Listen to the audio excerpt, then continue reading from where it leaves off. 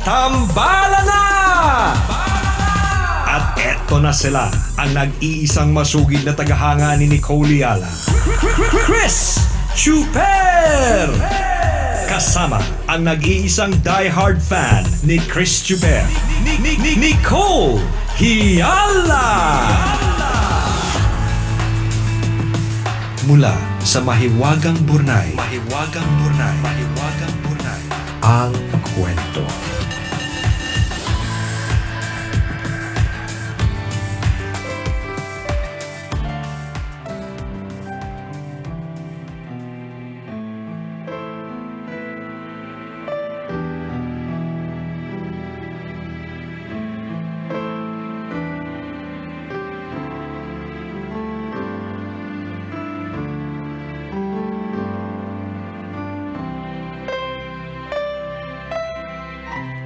Hi Nicole and Chris. Magandang araw. Itago niyo na lang ako sa pangalang Meldy, 39 years old at single mom. Bago ko pa kayo napakinggan, kilala ko na si Nicole kasi lagi siyang nababanggit ng communication skills trainer ko sa call center. Hindi ko alam kung aware siya. Pero lagi kasing example si Nicole sa BPO trainings. Talaga? Ito daw yung wag tularan. Ako daw yung wag tularan. Paano example ako sa BPO trainings? Anong paliwanag? Dapat may paliwanag. Is it a compliment? Kaya nga or an insult. Yun, hindi ko lang alam kung aware siya. Pero lagi kasing example si Nicole sa BPO trainings. I wrote to share my story na sana makapagbigay aral sa listeners. In 2014, I separated from the father of my kid. Nahuli ko kasi na kapag umuwi ako sa probinsya on weekends para alagaan ang anak namin, may inuuwi palang babae sa apartment namin. Nasa moving on stage ako when an old friend who was working abroad messaged me. Itago na lang natin siya sa pangalang Ferdy. May asawa siya pero may marital problems daw sila. Dahil pareho kaming may pinagdadaanan, hindi kami naubusan ng pag-uusapan. Gusto daw niya ako pero I was hesitant kasi baka maging okay naman sila ng asawa niya. Pagdating ng Valentine's, he sent me flowers. Kinilig ako kasi first time na may nagpadala ng bulaklak sa akin. Umuuwi siya ng Pilipinas pero tuwing nandito siya, hindi kami nag-uusap. Naiintindihan ko naman kasi priority niya ang family niya. Pagbalik niya ng abroad, balik kami sa dati. Alam na daw ng asawa niya ang tukol sa amin at wala na daw pakialam sa kanya. I told him na when I stalk his wife's FB, okay naman sila. Sabi niya, hindi lahat ng nasa social media ay totoo. I have already fallen for him pero umiwas ako. Natatakot ako na baka magkabalikan sila ng asawa niya. Ayokong maiwan sa ere at masaktan. 2 beses akong nag-boyfriend to avoid him. I got pregnant kaya I stopped communicating with him. Unfortunately, I had a miscarriage. After a while, he messaged me again at nagsimula na naman ang ugnayan namin. He pursued me again. Pangarap daw niya na makasama ako kaya sana daw maging kami na. Kahit hindi ko alam kung saan ako dadalhin ang pagmamahal niya. Sinagot ko siya. Kahit may asawa na siya dahil hiwalay naman daw sila at magpapa-annul daw siya, I decided to give our relationship a chance. Wala pa rin naman daw kasi ako sa eksena, may problema na silang mag-asawa. Sa magkaibang kwarto na daw sila natutulog kapag umuuwi siya. Papakasalan daw niya ako sa simbahan. Iingatan daw niya ako.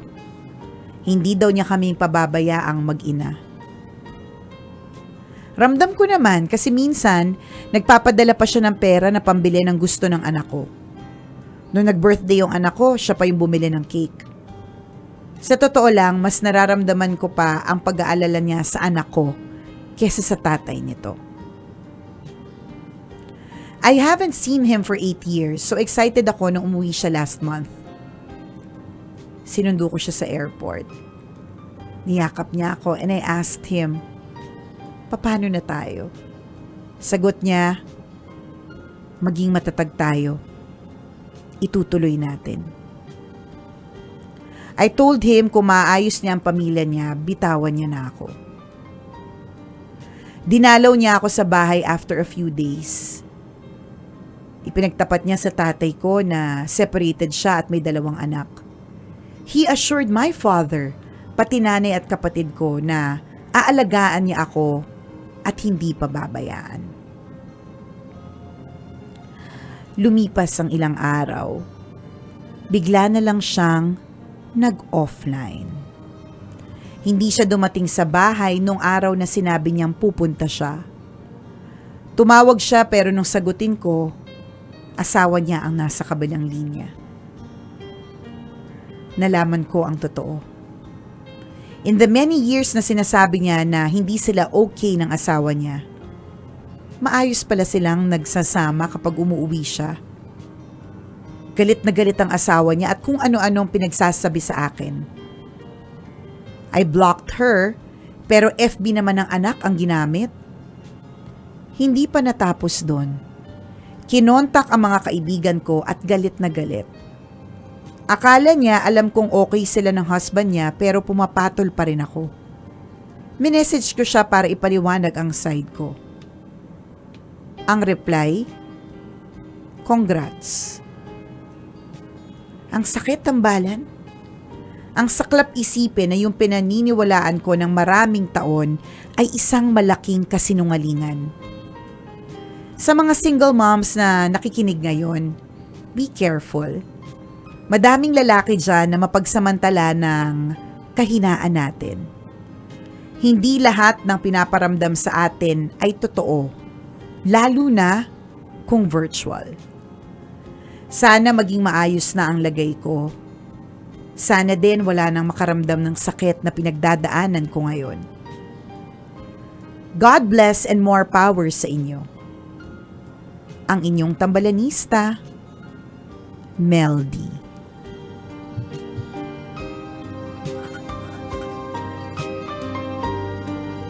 Sabi ko na nga ba eh. Sabi ko I nga, knew Mel it! D. I knew it! I knew it kasi yung pag-build up mo sa storya, ang pagsabi mo ay daw. Sabi niya daw, eto daw, ganyan. So, ibig sabihin, puro daw, walang certainty. Alam mo, dito mo na talaga masasabi, partner, mako-confirm na kapag ang isang tao ay may intensyon na mambudol, talagang magiging expert siya sa pagiging budolero, budolera at scammer. Yes. Diba? Alam mo yun, gagawin niya yung ultimate very, very best niya para makapag-scam. Kasi isipin mo, partner, no? Paano ka namang hindi maniniwala?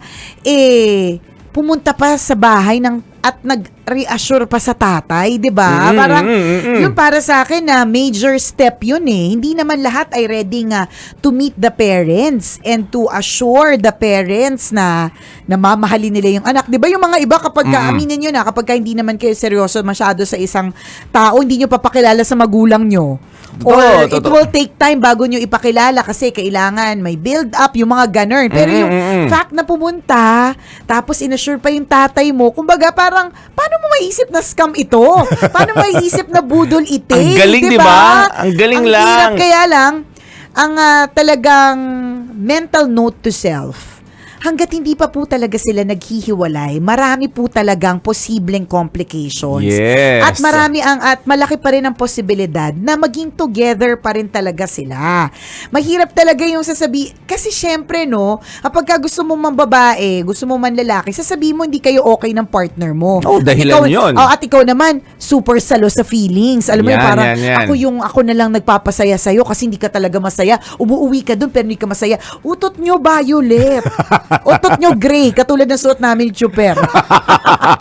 Utot nyo baho. Ang baho na ng na explanation na yan, promise. Correct. Huwag nyo kaming anuhin, ha? Don't us. Oh, don't us. Alam wag namin ang mga kami. karakas ninyo. Oo. Lahat ng hilatsa ninyo. Sa true. Kasi sa dami ng beses na naloko na rin kami. Correct.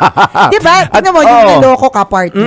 Di ba wala kang indikasyon whatsoever? Oo naman. Diba? Parang- Sino mag-aakala noong mga panahon na yun? Kasayaw mo pa, yakap-yakap Kaya mo pa, nga. tapos buntis pala sa iba. Oh, yun na nga. Oo. Mangiyak-ngayak pa si Chuper sa yakapan. Habang nagsislow dance. Yung pala, si Girl Lalo, John Ter T- sa iba. Oh. Diba? At ang long distance relationship nila ay probinsya at Maynila. Itong ikaw, Meldy, ibang bansa, abroad. So and mas malaki Philippines. yung possibility So alam mo yun. na makagawa ng kung anong hindi maganda, 'di ba? Sa In true. between. Ang galing no. So ang lesson talaga dito doon sa mga nakikinig sa atin, maging mapanuri Correct. 'Di ba? Maging vigilant, maging alerto. Yes. Connect the dots. Gagaya niyan, 'di ba? Halimbawa si Meldy. Yung mga di ba umuwi siya ng galing ibang bansa, umuwi ng Pilipinas. Saan siya umuwi? Dapat natanong mo yun eh. Hindi umuwi nga dun sa asawa. Di ba? Nung basta, Di ba? basta ang daming red flag. Oo. Oo. Kasi kung hiwalay sila, sinasabi niyang hiwalay siya dun sa asawa niya. Oo. Di ba? Tama. Saan siya umuwi? Oo, kasi sabi mo after several days, saka lang ulit kayo nagkita. Nasaan siya nung mga araw na yun? Nagkakausap ba kayo? Chine-check mo ba? Kasi kayo eh. Di ba? Tama. Technically parang may Kayo. arrangement kayo, may understanding kayo na kayo. Oo. So, saan siya umuwi? oo, nasan siya? 'Di ba? Nagvi-video call ba kayo? Tinatawagan mo ba siya? Kinukumusta mo ba siya? Pag nalaman mo yung mga nangyayari in between, mako-connect mo yung dots eh. 'Di ba? So, hindi lang dapat yung highlights na nagbigay ng cake, na umattend ng Ang dali kasi oo. nun eh. Kahit sino pwedeng gawin yun honestly. Ano lang correct. talaga tayo kapag Lahat yung pwedeng gawin ng pakitang tao eh. Oo, sa true. Kapag Diba? nagpapa-impress tayo, ang bilis, magkano lang ba cake? Oo. Diba? Kahit sino pwedeng niyan eh, Magpadala magbigay ng kung may regalo. intention mang scam. Correct. At Oo. kung basta. Yes. 'Di ba? Connect the dots. Nasaan siya nung mga panahon na hindi kayo nagkikita? Hindi consistent. Yes. Alam mo, para sa akin, partner, tama ka, dun sa sinabi mong nasan siya. Yung few days in between, diba? Correct. Ano yun eh, consistency talaga is key. Kapag ka ang isang tao na nagpaparamdam sa'yo ay hindi consistent, so for example, Thursday, talagang bonggang-bongga, ganyan, Friday, ganyan, tapos biglang weekend, offline, ni hi, ni hoy, hindi ma-reach. Oo. Pag ganun ka-inconsistent, obviously meron niyang ibang pinagkakaabalahan. Sino at hindi ka at kasama. ano. Correct. Sino at ano, Yes. 'di ba? So yun yung not na for Meldy kasi I guess when you're in love, you don't see the signs. You don't see the signs kasi focus ka dun sa feeling mo of being in love. You're very happy. Yan. Naku. So kaya akala mo walay na, 'di ba? Pero yung katotohanan, may mga red flags talaga. Yung inconsistency pa lang, yung may mga times na nandyan, tas times na wala. Naku, Oo, alam diba? na talaga kapag ka may times na nandyan na times na wala, na talagang meron yan. Correct. Ako, based on experience, meron yan. Meron yang iba. May something na ibang pinagkakabalahan. Totoo yun, no? Kasi, di ba, pag jowa mo halimbawa, Consistent ka sa kanya. Oo, tsaka Lagi kang available. alam mo yung galaw niya. Nasaan siya? 'Di ba ano ang ginagawa niya? Hindi pwedeng hindi mo alam. Sa true. Kasi nga jowa mo 'yan. So pag nakita mong teka, nasa bahay siya ng asawa niya, parang ang labo naman. Kami pero umuwi siya doon sa bahay ng asawa niya. Pero sinasabi niya, hindi na sila nagkakasundo o hiwalay na sila. Correct. Pero kung pumupunta siya doon, 'di ba questionable pa rin 'yun eh. Meron pa rin something eh. Yeah. Meron pa rin silang relasyon sa madaling salita. 'Di ba? Tama naman kung titingnan natin sa lahat ng anggulo, sila pa rin naman talaga at sabit ka lang. At ang mahirap doon, pumayag ka kasi sa ganong klase ng arrangement. So lugin-lugi ka sa madaling salita kasi hindi ka naging alerto, hindi mo napagtugma-tugma yung bawat senaryo, kaya hindi mo naisip din yung consequences na mangyayari sa'yo. Ganun talaga kapag ka may intention talaga mambudol. Oo, ganun talaga pag nadarang ka sa pagmamahal, no? Oo. Ako, talaga, yung mga ito talaga based on experience Oo. Pag ang paliwanag ay, hindi naman talaga kami okay. Yes.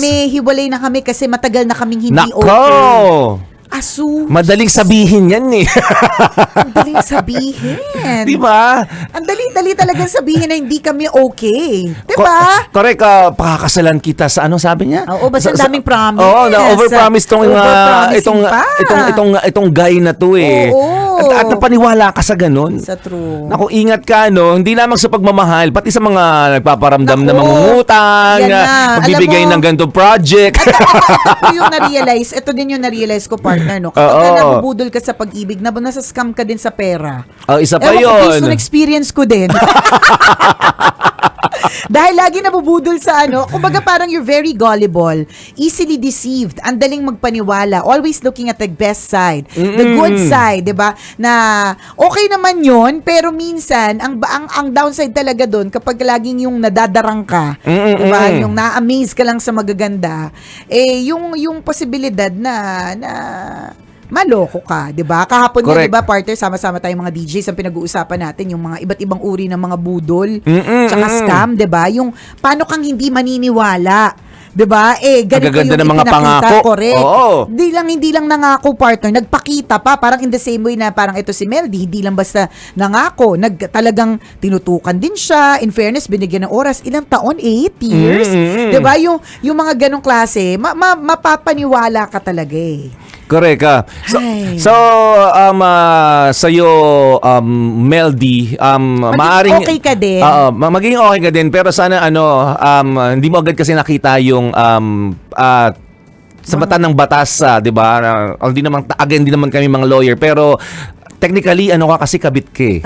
Sila hindi pa naman rin talaga sila pumayag, hiwalay. pumayag ka sa arrangement na may asawa yung tao. Hindi sila separated. Hindi sila separated kung sinasabi niya rin sa Unless may papel, pinakita niya na sa'yo, ganun. na umuuwi siya. 'Di ba? Sinasabi, nandito pa rin ako sa asawa ko, pero hindi naman kami okay. Pero kahit na, kung doon pa rin siya umuuwi, sila pa rin, mag-asawa pa rin sila at sabit ka sa eksena. Pwede naman din talaga, posible naman din talagang hiwalay. Posible din naman talaga parang, pero hindi sa papel. Alam mo, ipupush mo yun eh. Kasi may mga... Aalamin mo yun. Oo, may mga kilala ako na ganyan. May mga promise din sa kanila na sila naman yung pinipili. Pero nakatutok talaga sila. O kailan na, ano na, ganyan. At saka in fair, sa kanila umuuwi na. Talagang literally hiwalay na, kumbaga kanya-kanya na talagang buhay. Mga ganun. May mga ganun din kasi talagang klase ng setup eh, actually. Yun yung Hindi katotohanan na inasikaso yung papeles ng hiwalayan, no? Basta minsan may internal arrangement na lang din eh, 'di ba? Na sige, hiwalay na tayo literally, pero doon sa mata na nga ng batas, ganyan, tsaka sa mga papel-papel, hindi pa talaga tayo hiwalay. Pero may mga kanya-kanya na din silang families. May sarili ng pamilya ng lalaki, may sarili ng pamilya babae. Nangyayari din naman 'yun. correct. Oo, Totoo. it happens. Kaya siguro, partner, umaasa din kasi yung iba. Kasi may nangyayaring ganun eh. Na hindi naman talaga sila literal na hiniwalay ng batas. Walang papel kasi mahal ang tagal dito sa Pilipinas. Good luck naman, di ba? Pero hindi na talaga sila Pero nagsasama, hindi na talaga literal. nagsasama, mga ganun. May ganun eh. Kaya feeling ko yun yung dahilan kung ba't umaasa yung mga showbet. Kasi nangyayari din. Pero, Ang sa akin, sigurado, hahanapin mo talaga. I mean, talagang kung aalamin mo yung katotohanan. Mag-iimbestiga ka talaga eh. Kasi ayaw mong malugi dito. Oo, hindi yung talagang hindi sa sinusuportahan natin ha. Kung halimbawa, kabit ka, sige. Ang sinasabi lang natin, kung pinapromise naman, kasi may ganong arrangement eh. Hindi naman tayo perfecto and hindi tayo righteous and all. So may ganong arrangement. Alamin mo talaga, wag kang dun lang nakikinig dun sa mister or dun sa lalaki. Kasi, ang daling magsabi. Correct. Nung ang partner, hindi pa uso yung di ba, yung mga nakikita yung video, yung ASL pa lang, age, sex, location. Sabi ko sa'yo, partner, nilalagay ko talaga doon. Location ko, Texas. Kasi lahat pwedeng gawin yun eh. At lahat pwedeng mapaniwala doon. Oo, di ba? So maging mapag-imbestiga Ang ka. tatandaan ko pa, sinabi ko pa doon, parang, basta nag-work ako nun sa bank, sinabi kong work, parang iba pa. Parang nagpa-impress ako ng trabaho. Kasi ang daling sabihin. Nahiwalay sila, hindi sila maayos na mag-asawa, nasa ibang bansa siya, na taga Mandaluyong siya, pero ang katotohanan, hindi lahat yun. Hindi lahat ng sinasabing taga Mandaluyong, ay talagang taga doon. Yung iba nasa Tarlac, charot, di ba? mo yung mga ganun? Ang Totoo dali yun. eh. Mas ulitin namin, maging maging Lalo kung mapag-imbestiga sanay. ka. Lalo Oo. kung sanay. Nako. Kung Pag tahi-tahiin mo yung sanay. sinasabi ng tao. Kasi minsan pag hindi nagko-connect talaga, ay, makikita mo, ay, nagsisinungaling na oo. yan. Pag walang pag-connect the dots, may pagsisinungaling. So, Correct. yun yung ay para dun sa mga hindi si Meldy. Dahil si Meldy, hindi niya na nakita eh. So, ang kanya is, I hope that you are going to move on, ganyan. And you will. Minsan akala lang natin hindi. Akala lang natin hindi natin kaya. Akala lang natin katapusan na, pero hindi. Correct. Actually, mabuti nga nangyari na sa iyo tong Yes, ngayon eh. tapos 'Di ba? na. Oh, ekis na siya sa buhay mo. 'Di ba? Tanggalin mo rin mga toxic na tao, 'di ba? At si ano pangalan ng guy? Guy. Oh, siya Guy. yung Wag na he who should not be named. Yan, So, yan. ganun. Ekis na siya sa buhay mo, 'di ba? So ano na, move on sana na. totoo ha. I-ekis mo na, wag ka nang maniwala. Baka mamaya waiting ka pa rin, Saka hoping and wishing na. tingnan Baka mo. maghiwalay pa rin, hintayin ko na nga lang. Tingnan mo yung mga eksenang tinawagan pa yung mga friends mo. 'Di ba? Nakaka-nervy. Ang laking Parang ang laking skandalo sa iyo. Oo, 'di ba? Naku, Siniraan overtime ka pa. pa kami dahil sa iyo, Meldy. Nako. Okay, salamat for sharing your story at kung ikaw ay may kwento na gusto mong i-share, pwede mo kami i-email, send your stories at Mahiwagang burnaystory@gmail.com. Mali mo, kwento mo na ang ating pag-uusapan sa mga susunod na araw. Kaya send mo na yan, kabisyo. At syempre, yung mga driver seat lovers, antabay po para sa ating Fanscan. Muli ako po si Nicole Yala. At ako naman si Cambio King Chris Chuper. Papaalala! Walang matatag na relasyon sa malanding may determinasyon. Yun!